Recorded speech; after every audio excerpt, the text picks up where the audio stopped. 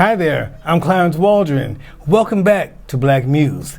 Before we get started with tonight's guest, I have a full disclaimer that I've got to make. Margena is a friend of mine, and I know that I taught my students at Medill School of Journalism never interview your friends. But if you know the rules, you can break the rules. So we're gonna break the rules tonight. Margena is a friend from Jet Magazine days. She went on to write for Ebony Man, Ebony South Africa. Never one to sort of slow down. She always keeps it moving. And she went on to write this great book about John Johnson, Empire, the house that John H. Johnson built. Extraordinary book. And then again, she's also keeping it moving. She's a professor at the University of Illinois at Chicago. She's done a lot of things, and we can't get to all of them, but we're going to try our best. So please welcome Dr. Christian.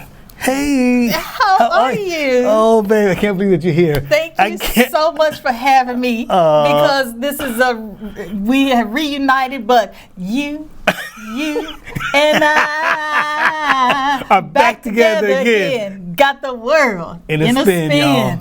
Okay. Let's start at the very top. How did you get that great job at Johnson Publishing years ago?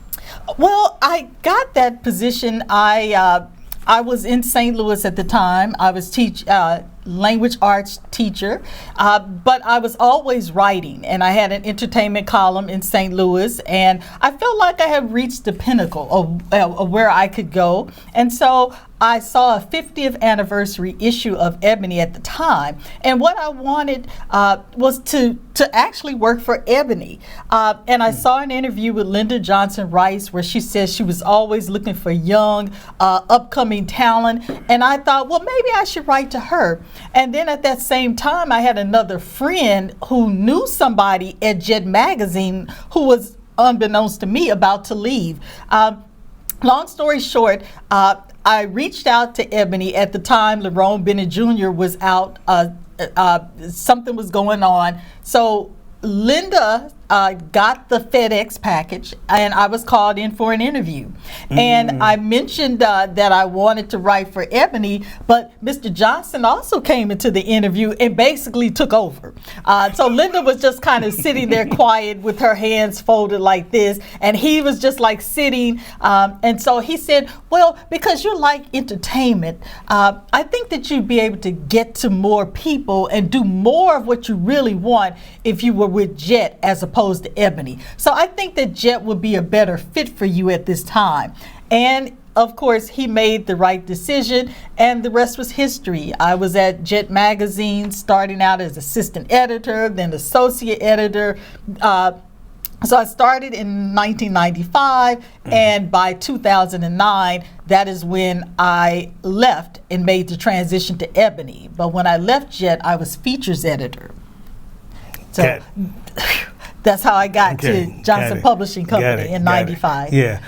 Look back at that time. What did you like most about writing about stars and all that kind of stuff? Well, I had been writing about celebrities in St. Louis, but I was doing it at a different level. And what I knew at this point was that my work wasn't local anymore. My work was national. And people all around the world every week read Jet Magazine. Sure did. And so for me, I loved the excitement that each and every day we were doing something new and different. Every day there was a celebrity coming in the front door, another one leaving out the back door, and then you had them on your phone, and then you were at your cubicle and you saw somebody walking by. You never could predict, and I just enjoyed that freedom and just not knowing was exciting, because every day was a moment at Johnson Publishing Company, especially with Jet Magazine. Right. Did you realize that you were writing history, that you were recording history? Did you think that at the time? No. I was doing what I loved, which was simply writing, and I'd always been a lover of entertainment, music, movies, film, all of those things, and to write about it for me was just a joy.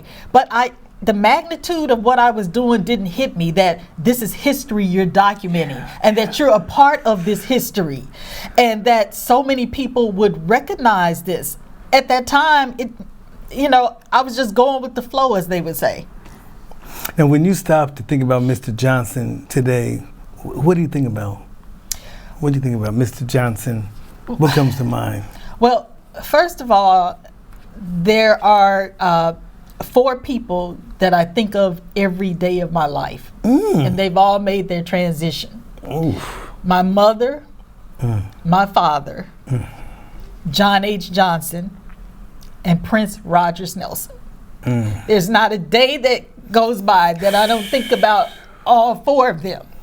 And when I think about John H. Johnson, I think about strength. I think about his loyalty to his employees.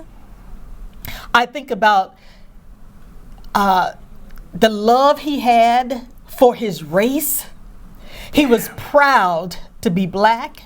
He was in so many African American organizations. He was a member of Alpha Phi Alpha fraternity. He was a member of the Masons. His wife, Eunice W. Johnson, was also a part of organizations. She was a member of Delta Sigma Theta. They gave back to African Americans in education.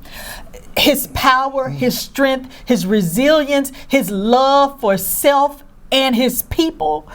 I think about that every day. Wow. And his respect for me and what I did. He respected me. Wow. And he respected those who worked for him. And that says a lot. Right. That says a lot. Right.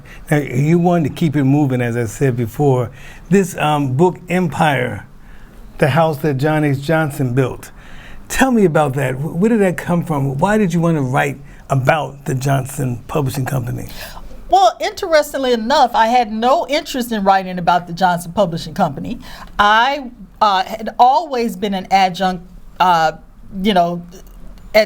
city colleges of Chicago throughout my tenure at Johnson Publishing. I started teaching English in '97. I came to Johnson in '95. So I knew that as there were transitions taking place within the company, I saw a lot of things happening. And everyone who worked under the leadership of John H. Johnson was no more.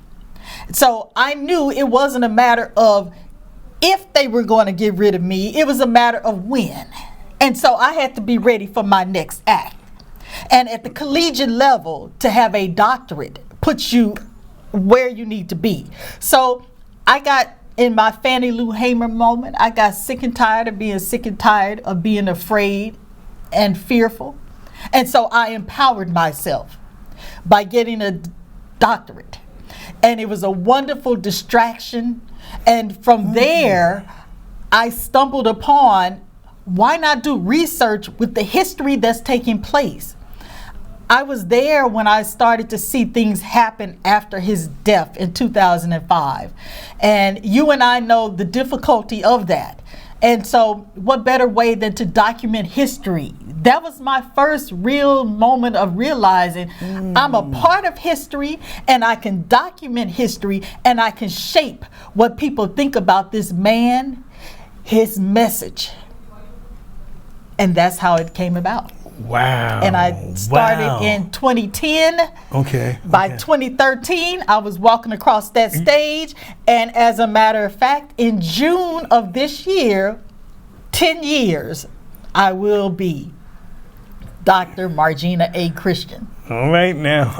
Yes. All right now, you're also working on another book, the Motown Songwriter, Sylvia Moy. Yes. What can you tell us? I know you can't say much, but what can you tell us about it? When might it be published or anything like that? Well, the book, the proposal and all of that good stuff was picked up by Hachette, one of the big 5. Oh, I know And I am delighted to tell the story of yet another hidden figure in Hitsville history.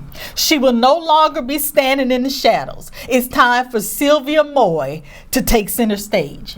So this story documents Sylvia Rose Moy, who made history as Motown's first female in-house songwriter and producer to write simultaneously, consistently, and consecutively alongside the men. She was also instrumental in helping to save the career of a young teen Stevie Wonder.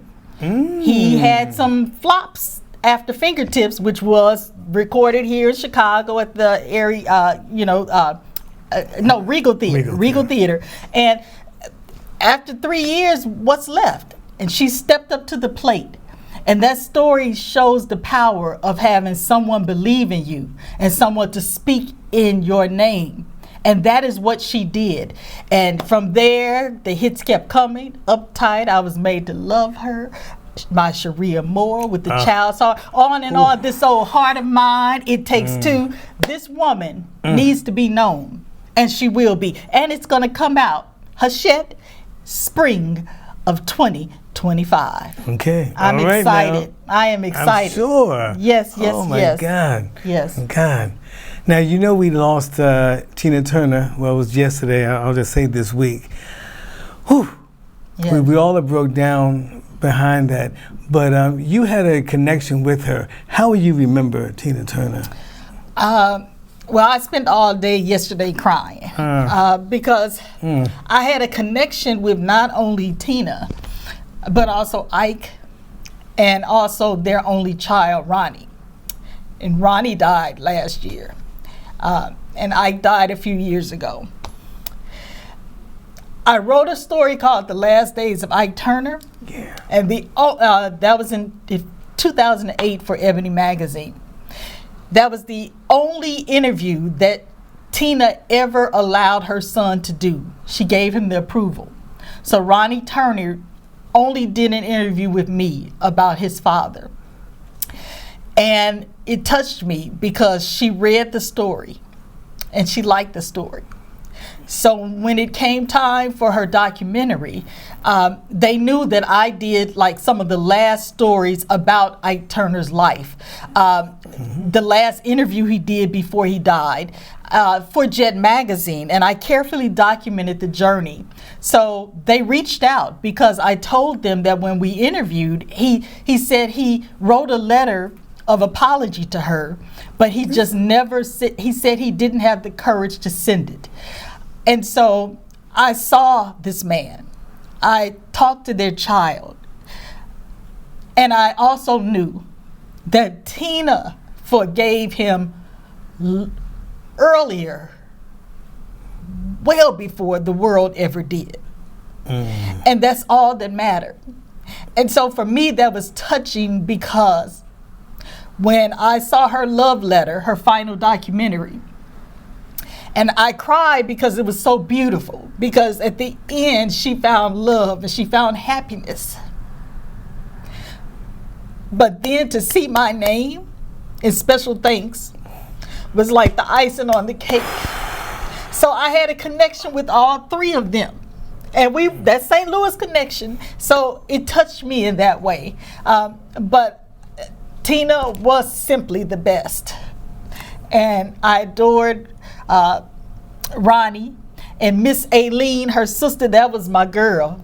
After we did the interview for Ebony, we stayed in touch. We would just talk about St. Louis, and she would tell me in her raspy voice, "Girl, you gotta meet my friend. She is really doing good. She is doing good. She has a restaurant in St. Louis." And her friend was Robbie Montgomery. Yes. And this was well before she did a TV show. So she never lived to see that TV show. So whenever Tina had a celebration, I always thought if Miss Aileen could see it, and when Miss Robbie did so well, if Miss Aileen could see it. So, yes. Cool. Now your education has served you well. We talked about your doctorate, but speak to the younger audience. Tell them more about the power of education and how it can transform lives. Well, education is transformative. It's self-liberatory, because the more you know, the more it empowers you. Now, I am a senior lecturer in English at the University of Illinois at Chicago. I also helped to develop and design the university's first professional writing program. Writing is cathartic. Writing is powerful. Telling stories. So I teach students that you can change and transform not only your life but others' life through education. And so we started out initially having students who were only English majors, but now we have students who are multi-majors in the sciences, who just love to write. And so education is a portal to a bigger world, to so much more. And I knew I needed more education because I wanted to be in higher ed. And so that was something that was a no-brainer for me. So I saw where I wanted to be, where I was. And so I would encourage young people to take advantage and learn as much as possible. If it starts with an associate, fine. Then go get the bachelor's if that's what you want to do, if you need to take a gap year. But keep going. Keep going. Never stop learning. And for those who enjoy writing, I say, write on. All right now. Right on. I love it. Yes. I love it. I love it. Now, just describe your students at University of Illinois. What kind of kids are they? Well, they're not kids. Well, I call them kids, but young adults, and I would say that a lot of them are first generation students, where they are doing something that no one else in the family was able to do or managed to do. So I see the hopes and dreams. I have students who are fresh out of high school. I have returning students. I have students who, are coming for a second degree. I just have a combination, and they're all wonderful. I teach not only in the English department, but also I'm a part of the Honors College. So I have a lot of students there who are, like I said, in the sciences, and, math and accounting. A lot of STEM students are in the Honors Colleges. And so I'm just fortunate to be able to share what I learn, to teach them about African Americans and the media, and to also show them that people like me exist. Because if you don't see it, you don't believe it. Some of them said, Dr. Christian, you were the first African American professor I had during my time at UIC. So for me, that's an honor. And at every graduation, I make it a point for me to put on my cape, which is my robe and my doctoral tam, and to walk in that commencement, because somewhere I want somebody to see someone who looks like me and to know that we are out here and that we do exist. Wow, powerful. Powerful, powerful. Now, you've done so much. Here I go again. But now you have a fellowship from the History Makers presented by Juliana Richardson. Tell me about that. Yes. Actually, last year I was very fortunate. I applied for 2 fellowships and got both of them. So I had to complete 2 fellowships while also teaching full time. And so the fellowship with the History Makers, a part of the innovations in teaching. And so that was based upon a class that I developed in the Honors College. I did writing about, say it loud, I'm Black and I'm proud, writing about African Americans in the media. So with UIC being subscribers to the History Maker database, what better way than to be able to use it? So that's how I ended up getting that fellowship. And then I got another fellowship. You know I'm a writer. Come on now. Public Fellows op-ed sponsored by the Illinois system. And so I made history with that, because the program is for tenured professors and I am a senior lecturer. So I was a part of that and finishing that up now, and completed 2 op-eds.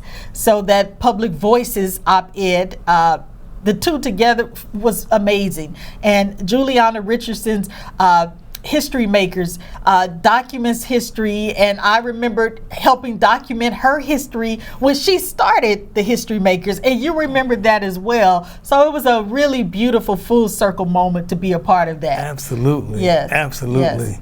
You know, I can't believe the time is gone already because I'm done with my questions. Oh, but before you go away, this is the video podcast Black Muse. Looking back, and maybe you said it already, but say it again. Who inspired you? Who inspired you? Your parents? You said that. My parents inspired me. That's a given. Yeah. But someone who inspired me. There were two people in terms of journalism. The first person was my mentor when I was just a sophomore in high school in St. Louis, and it was the late George E. Curry. Yep. And he was my mentor, and he encouraged me, if you like to write about entertainment, you do it. And he was a hardcore journalist, but he never frowned upon what I wanted to do. And then the other person was John H. Johnson. I learned from strong men, and I learned from the best. So what more can I say? He taught me so much, and I learned about publishing as well when I had to end up doing it myself. It helped me. I always respected John H. Johnson, but my respect for him was just tenfold after walking in his shoes as a publisher and seeing what he did. And it was an honor and a privilege to be able to share his story and what he did, and to document that in education, in the canons of education. All right now. So. All right. Anything else you would like to share? In the words of Della Reese, no, dear, that is all. And that is all, y'all. That is all. Please like and subscribe. Black Muse. Please like and subscribe. And that is all. Thank you. Thank you, y'all.